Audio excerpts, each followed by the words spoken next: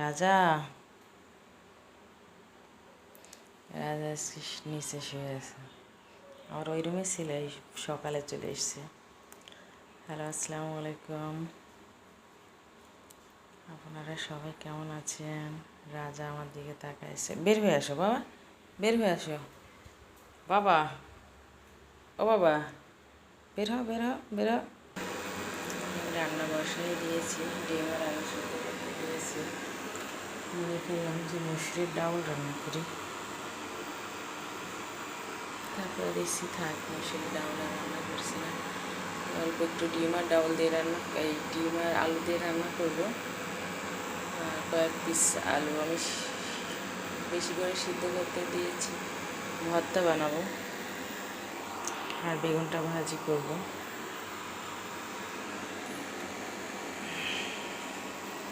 সকালে উঠেই ওই যে বাচ্চা ওখানে শুয়ে আছে, বাচ্চার মানে ওখানে শুয়ে থেকে থেকে অভ্যাস হয়ে গেছে। এই জন্যে ও এই বিছানার উপরে দিলেও ঘুমাতে চায় না, সারা রাত ঘুমায় না, না ঘুমায় ও অস্থির হয়ে যায়, খালি দাঁড়াই থাকে আর নাই ছোটাফাটা করে। তাই আমি এবার ওকে ওখানেই রাখি। কালকে রাত্রে এই যে ছবিটা ধম করে পড়ে গেছে, 2 বাজে চুমকিটেছি রাত 11টার দিকে। ফ্যান জোরে চলছে, ফ্যানের বাতাসে পড়ে গেছে।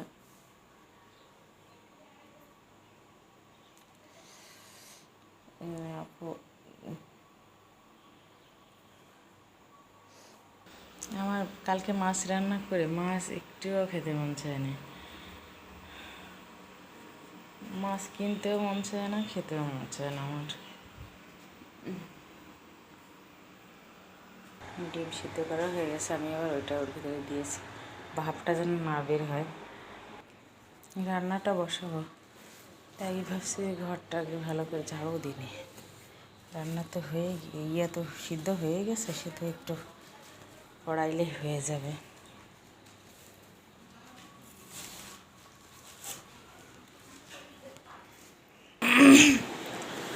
আমি এই ঘর ঝাড়ু মাড়ু দিয়ে আমি এই জামাটা আমি ভিজাই এখানে রেখে গিয়েছি, আর রাজা ছিল নিচে।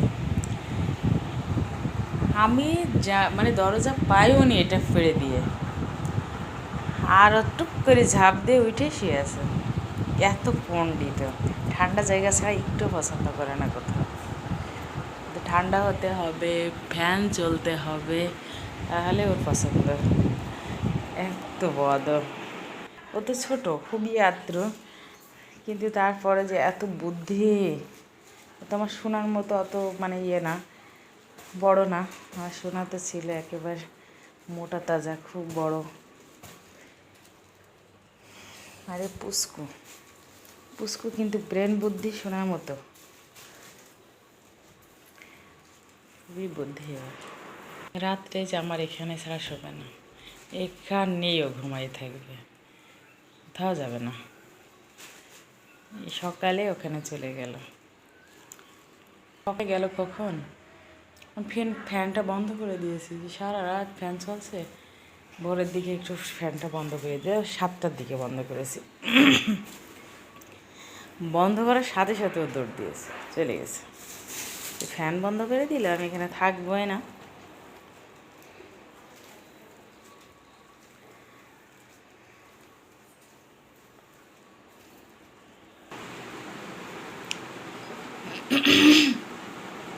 বাচ্চারও গরম লাগছে, এবার এখানে রেখে দিলাম। আর ও গ্রাম করছে, খুব বদ, এত পরিমাণ বদ। ওরে বাবা ওরে বাবা, ওকে মারতে পারছে না তো একে কামড়াচ্ছে। হ্যাঁ,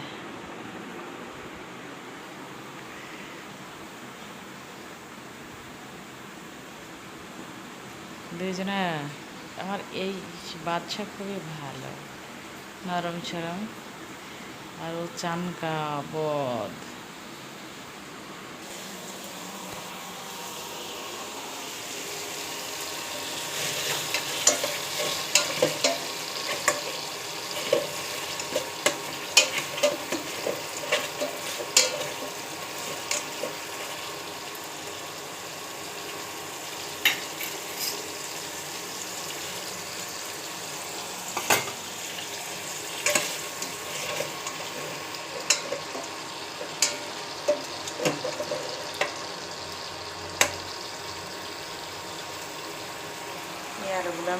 ভর্তা করব।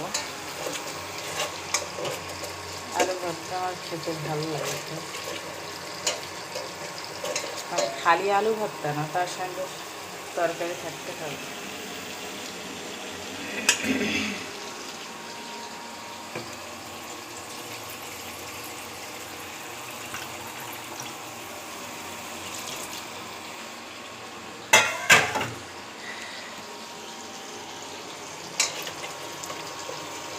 হালকা একটু পানি দিয়েছি, মানে ওই মশলাটার গন্ধটা চলে যাওয়ার জন্য, একটু সিদ্ধ হয়ে গেলে গন্ধটা চলে যায়। বেগুনটা একটু দেখি উল্টানো মতো হয়েছে নাকি।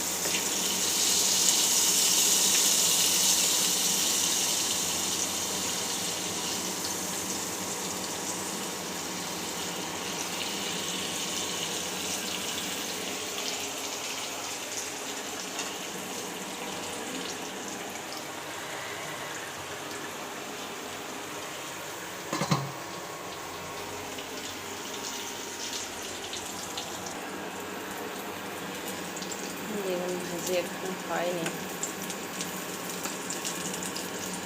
রোজার মাসের থেকে খালি বেগুন ভাজিই খেতে মন চাচ্ছে। রোজার মাসে আবার আলু ভর্তা খেতে পারে না, রোজার বাইরে আবার আলু ভর্তাটা ভালো লাগে খেতে।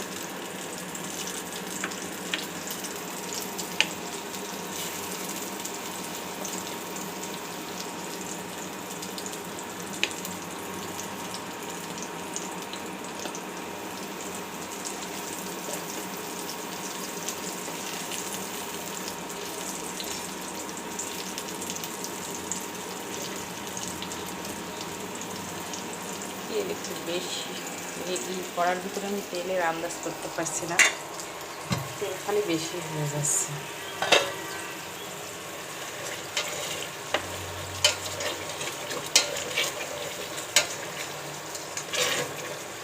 আর ডিম গড়ানোর ভিতরে তেল বেশি হলে আরও ভালো হয়।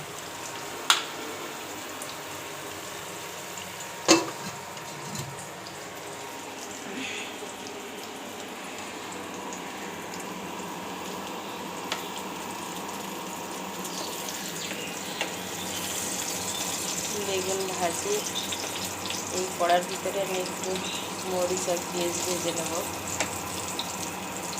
সাইড করে দিই। মরিচ পেস্ট এখানে ভেজে নিই, মানে ভর্তার জন্য, আলু ভর্তার জন্য। কালকে মাছ রান্না করেছি, আবার আলু ভর্তা আর অল্প একটু বেগুন ভর্তা করে আমি 2 বার ভাত খেয়েছি। আর আমার মা নিয়ে শুধু দিয়ে খেয়েছে, মাছ দিয়ে বেগুন দিয়ে আলু দিয়ে বড়ি দিয়ে রান্না করেছিলাম, সেটা খেয়েছি। আমার মাছের তরকারি মোটেই খেতে মন চায় না, ছোটোর থেকেই খেতে মন চায় না, এখন বলে না, ছোটোর থেকেই মাছ খেতে মন চায়।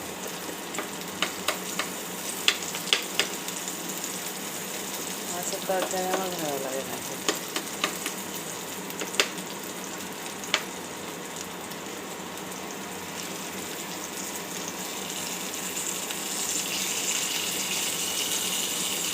তখন ছোটো ছিলাম, ছোটো বলতে মেয়ে হওয়ার ভিতরেও ইলিশ মাছটা খেতে ভালো লাগতো, এখন ইলিশ মাছটাও খেতে মন চায় না, মনে হয় ঘর বাড়ি সব গন্ধ করে।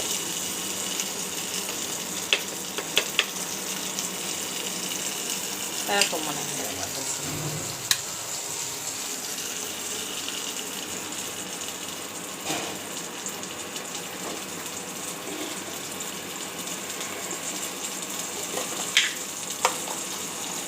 আমার মেয়ের কাছে খুবই মাছ প্রিয়, গোশটা ভালো পছন্দের, কিন্তু মাছ খুবই পছন্দের ওর। প্রতিদিন মাছ দিলে ওর কোনো ব্যাপার না। আর আমার একদিন যদি সপ্তাহে মাছ রান্না করি, আমার মনে হয় যে আর ভালো লাগছে না। আজ কয়দিন পরে মাছ রান্না করেছি, কালকে একটুও ভালো লাগছে না খেতে। কিছুক্ষণে মানে আজকে রান্না করার সময় মনে হচ্ছিল যে গোশ রান্না করি। এত মানে মনে হয় যে গোশ এক পিস নেবো, তার সাথে আলু ভর্তাই হোক, তাও ভালো লাগবে, কিন্তু মাছ খেতে মন চায় না। গোশ খাওয়া তো ভালো না, কিন্তু আমার মন চায় না মাছ খেতে।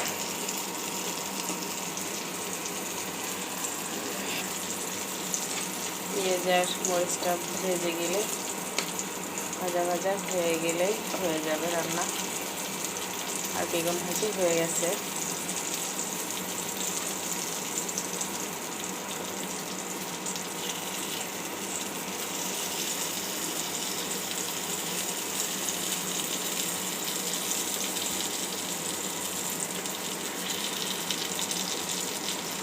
এত গরম পড়ছে, তাও ডিম খাচ্ছি। আমার মেয়ে বলছে আম্মু ডিম খাওয়া তো ভালো না এত গরমে। কি দিয়ে খাবো, ভাতটা তো খেতে হবে, কোনো কিছুই তো খেতে মন চাচ্ছে না, এত গরমে তো খেতেই মন চাচ্ছে না।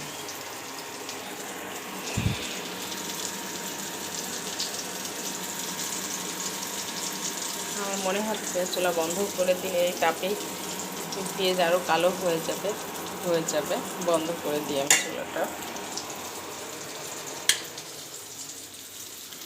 চুলাটা বন্ধ করে দিলাম, হয়ে গেছে। কি আসলো রে, এটা তো তেরা আসলো রে।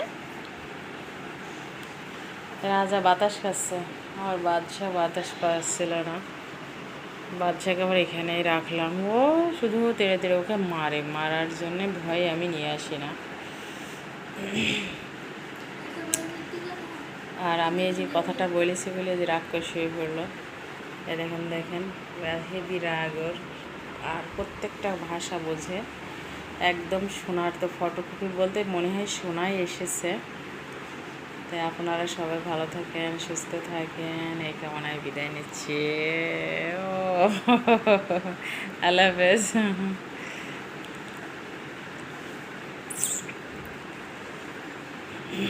বাবা বাবা বাবা থুতুর